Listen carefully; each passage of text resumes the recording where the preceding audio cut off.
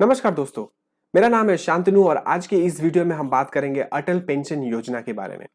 Recent report के मुताबिक in the month of April लगभग 20 लाख लोगों ने अटल पेंशन योजना की जो अकाउंट है वो खुलवाए थे और इसकी जो टोटल सब्सक्राइबर है वो है लगभग 2.2 करोड़। तो आखिरकार इस स्कीम में खास ऐसी कौन सी बात है जो इतने सारे पब्लिक इंटरेस्ट को गैदर किया। तो आइए बात करते हैं इसी के ऊपर इस वीडियो में। और इस वीडियो के एंड में मैं आपको बताऊंगा अगर आप ऑलरेडी एनपीएस में इन्वेस्ट करते हो तो क्या आप एलिजिबल हो अटल पेंशन योजना में इन्वेस्ट करने के लिए। तो बने रहिए हमारे साथ इस वीडियो के एंड तक। अटल पेंशन योजना री इंट्रोड्यूस किया गया था इन द ईयर ऑफ 2015। उससे पहले ये स्कीम को सबलम्बन योजना या एनपीएस लाइट इस नाम से जाना जाता था, लेकिन उस स्कीम में कुछ कमियां थी तो गवर्नमेंट ने 2015 के बाद इस स्कीम को रीमॉडल करके रीलॉन्च किया अटल पेंशन योजना के नाम से। और ये स्कीम डिजाइन किया गया था उन लोगों को दिमाग में रखते हुए जो लोग अनऑर्गेनाइज सेक्टर से बिलोंग करते हैं। सोच के देखिए, वो लोग जो किसी भी तरह की पेरोल के अंडर नहीं आते, domestic helper, carpenter, plumber, gardener, इन लोगों के पास कोई भी सोशल सिक्योरिटी है नहीं, तो इन लोगों को दिमाग में रखते हुए ये स्कीम को डिजाइन किया गया था। लेकिन ये स्कीम कोई भी इंडियन सिटीजन खुलवा सकता है। उसके बारे में हम आगे बात करेंगे, कौन कौन एलिजिबल है, कौन कौन एलिजिबल नहीं है उसके बारे में। और इस स्कीम में आपको एक फिक्स्ड पेंशन दी जाती है, वो चालू होती है 1000 से 5000 तक की। ये स्कीम को एडमिनिस्ट्रेट किया गया है पीएफआरडीए के द्वारा। ये वही एजेंसी है जो एनपीएस को भी एडमिनिस्ट्रेट करता है। अब आपके मन में सवाल आता रहेगा कि उन सब्सक्राइबर का क्या हुआ जो लोग एनपीएस लाइट या स्वावलंबन स्कीम में थे। बेसिकली उन सभी लोगों को इस नए स्कीम में माइग्रेट कर दिया गया है।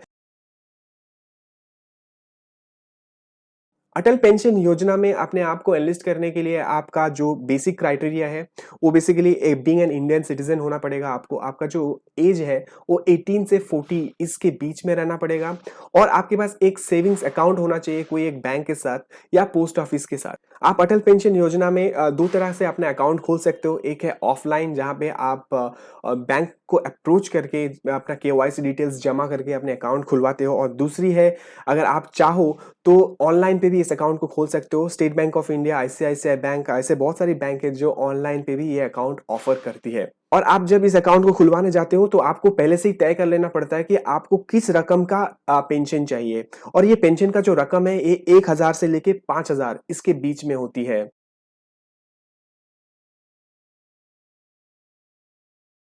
अटल पेंशन योजना में दो तरह की कंट्रीब्यूशन होती है, एक है पर्सनल कंट्रीब्यूशन और दूसरी है गवर्नमेंट कंट्रीब्यूशन। पर्सनल कंट्रीब्यूशन में पहले आपको मैं बताया था, आपको पहले ही प्री डिटरमाइन कर लेना पड़ता है कि आपको किस रकम की पेंशन चाहिए, उसके ऊपर आपका महीने का जो कंट्रीब्यूशन है वो डिटरमाइन होता है। फॉर एन एग्जाम्पल मैं आपको दे दूं, अगर आपका उम्र 18 साल है और आपको पेंशन चाहिए 1000 रुपये का, तो आपको 42 रुपीज पर महीने इन्वेस्ट करना पड़ेगा। अगर वहीं पे आपको 5000 रुपये का पेंशन चाहिए और आपका उम्र है 18 साल, तो आपको 210 रुपीज प्रति माह के हिसाब से इन्वेस्ट करना पड़ेगा। एज और कंट्रीब्यूशन चार्ट जो है मैं स्क्रीन पे डाल दूंगा, आप इसे पॉज करके डिटेल्स में देख सकते हो ताकि आपको पता चले कि आपकी मंथली कंट्रीब्यूशन कितनी होनी चाहिए। गवर्नमेंट कंट्रीब्यूशन उन्हीं लोगों के लिए है जो अपने अकाउंट 31 दिसंबर 2015 से पहले खुलवाए थे। तो गवर्नमेंट उनके खाते में हर साल 1000 रुपया करके जोड़ देते हैं और ये कंट्रीब्यूशन होती है सिर्फ 5 साल के। तो 2015 से लेके 2019 एंड 20 का जो फाइनेंशियल ईयर है तब तक 5000 रुपया आपको मिलेगा एज अ गवर्नमेंट कंट्रीब्यूशन। लेकिन ध्यान रहे, अगर आप कोई भी सोशल सिक्योरिटी स्कीम के अंडर आते हो या आपके पास ईपीएफ अकाउंट है या आप एक टैक्स पेयर हो, तो आपको ये जो गवर्नमेंट बेनिफिट्स है ये नहीं मिलेगा।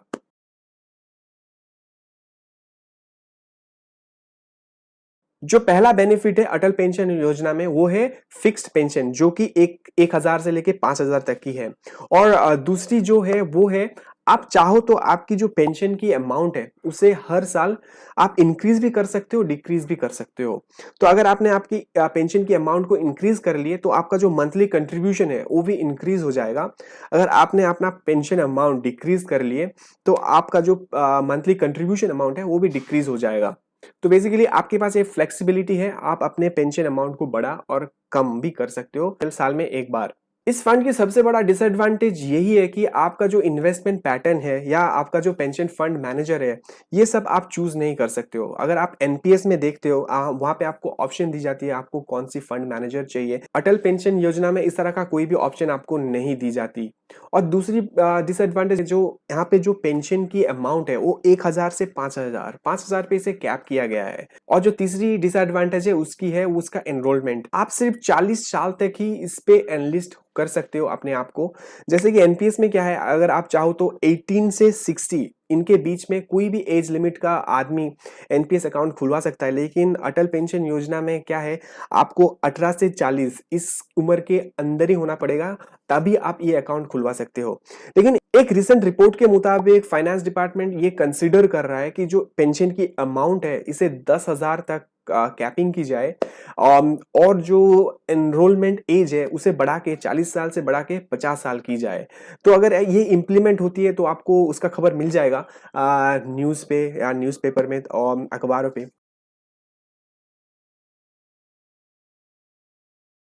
अटल पेंशन योजना में आपको हर महीने कंट्रीब्यूट करना पड़ता है। अगर किसी कारण आपने कोई महीना स्किप कर गया तो बैंक आपको पेनलाइज़ कर सकता है। ये पेनलाइज़ का जो अमाउंट है वो बहुत ही मिनिमल है। ₹1 पेनलाइज़ किया जाता है पर ₹100 कंट्रीब्यूशन पे और ₹10 पेनलाइज़ किया जाता है पर ₹1000 की जो कंट्रीब्यूशन है उसके ऊपर। और अगर आप अकाउंट पे डिफ़ॉल्ट करते जाते हो, तो क्या होता है इसका कॉन्सिक्वेंस है, अगर आप 3 महीने तक डिफ़ॉल्ट कर दिया, तो आपका जो अकाउंट है वो फ्रीज़ हो जाएगा।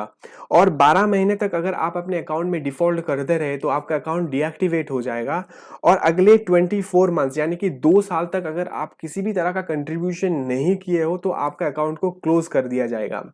तो अगर आपका अकाउंट एक बार क्लोज़ हो जाता है, तो इस अकाउंट में जो भी रकम जमा हुआ है, वो प्लस उसकी इंटरेस्ट आपको दे दिया जाता है। अगर आपको कोई भी गवर्नमेंट कंट्रीब्यूशन मिली है इस अकाउंट में, वो काट लिया जाएगा। तो बेसिकली आपको वही अमाउंट मिलेगा जो आप पर्सनली इन्वेस्ट किए हो, कंट्रीब्यूट किए हो और उसके ऊपर जो भी इंटरेस्ट गेन हुआ है वो। ये 2 चीज़ आपके पास आ जाएगा।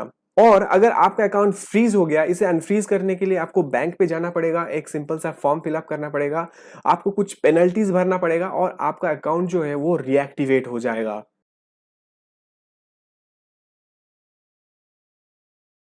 अटल पेंशन योजना में आपको 60 साल पूरी करना ही पड़ेगा। 60 साल के बाद आपके नाम पे पेंशन चालू हो जाता है। आप बैंक पे जाते हो, एक सिंपल सा फॉर्म फिल अप करते हो और बैंक आपका जो पेंशन है वो चालू कर देता है। अगर सब्सक्राइबर जो है उसकी मौत हो जाती है तो उसकी जो नॉमिनी है उसे पेंशन मिलना चालू होता है। बेसिकली नॉमिनी के पास 2 ऑप्शन है, वो चाहे तो पेंशन ले सकता है या जो भी रकम जमा हुआ है अटल पेंशन योजना अकाउंट में, वो उसे लंप सम विथड्रॉ भी कर सकता है। तो ये 2 ऑप्शन दी जाती है।